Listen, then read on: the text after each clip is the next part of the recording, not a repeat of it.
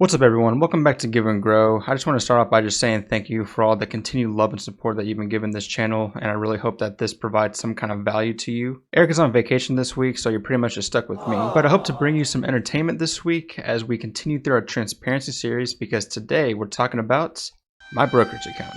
I started this account last year when I first started investing, and let's just say it's been a nice cruise down to Redsville because I'm down 25%. Now, this account wasn't always like this, and like I said in a previous video, doing your due diligence will actually save you a lot of heartache and a lot of money. So to begin, the first kinds of stocks that I wanted to get into were short squeeze plays. This was a few months after the GameStop short squeeze, and I wanted a piece of that action, so I decided to look into its partner, AMC. I saw the stock's price history go from 5 to 20 back down to 5, and I just really FOMO'd in, so I decided at the end of May, when it was around $10 a share, to drop $1,000 into it. About a week later, I was on the beach with my wife, and we're just sipping mimosas, and all of a sudden I get this notification.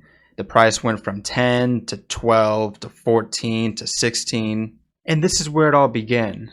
After coming back home from the beach, the price went to 20 to 30 to 40 to 50 to 60, all the way up to $70 a share. And I'll tell you, I was literally on cloud nine. I felt like that I graduated from the Ape Academy of short squeezes and that I was literally unstoppable. Little did I know that things do not last forever.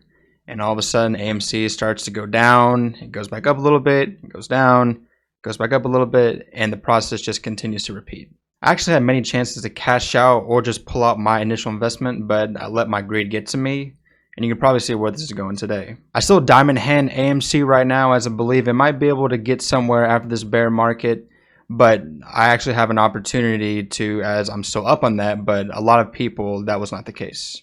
So you're probably wondering, if I'm up on AMC, then why am I down 25% on this account? So I started scanning YouTube for the next big play, and then I came upon the company Vinco Ventures, ticker symbol BBIG. Vinco Ventures at the time was not only a short squeeze play, but it had a ton of long-term potential as it was acquiring the company Lomotif, which is a big competitor to TikTok. I disregarded everything that I learned from AMC and just decided just to hold with the other silverback gorillas with a glimmer of hope that this is my time. But as you guess, history repeats itself, and now I'm down on that about 55%.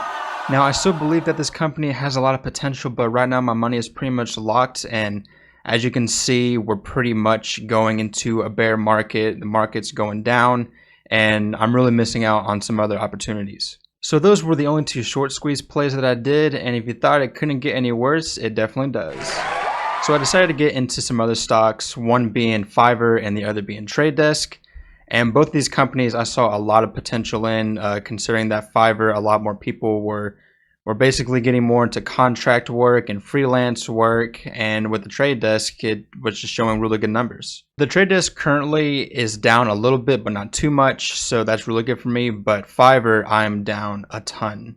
I got into Fiverr last year around August after their Q2 earnings, when they went from about 260 to 160, and I bought in at about 168. One thing I did not take into account with Fiverr was that it was pretty much one of those pandemic stocks, kind of like Zoom, where they were just overinflated and they were just really good during the pandemic. But as time went on and places started to open up, the price just started to just drop drastically. And I just decided just to hold and not sell. I had plenty of times to get out of it, but now I still hold to this day. So that pretty much wraps up what I have in this account.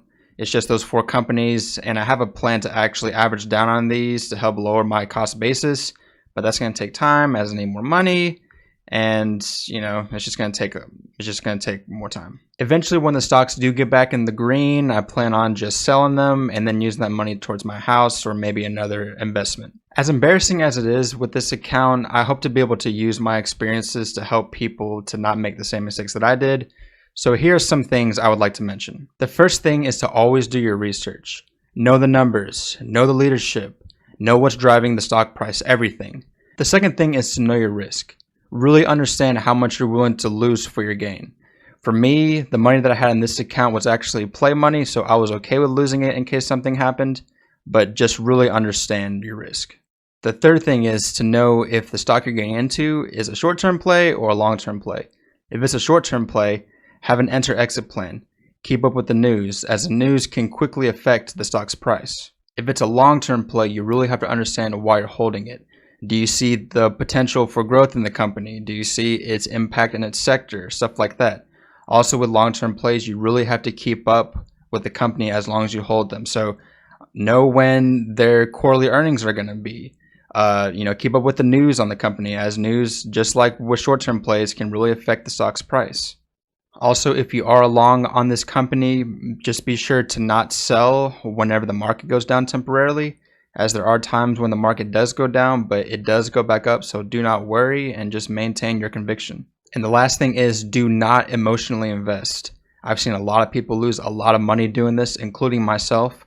Do not let your emotions guide your hand when you're investing. Use the facts, use the data. Do your research like I said before. Do not succumb to your emotions. I hope y'all enjoyed this video. I really want to create a culture of honesty, especially in the down times like this, and be able to use what we learned to grow and continue to do better. If there are any questions about my account or even any advice you would like to provide me, please be sure to leave them down in the comments below. I would greatly appreciate that. I believe owning up to my mistakes is the best way for me to move forward. So with all this being said, I hope you'll have a wonderful day, and let's continue to give and grow. Thank you.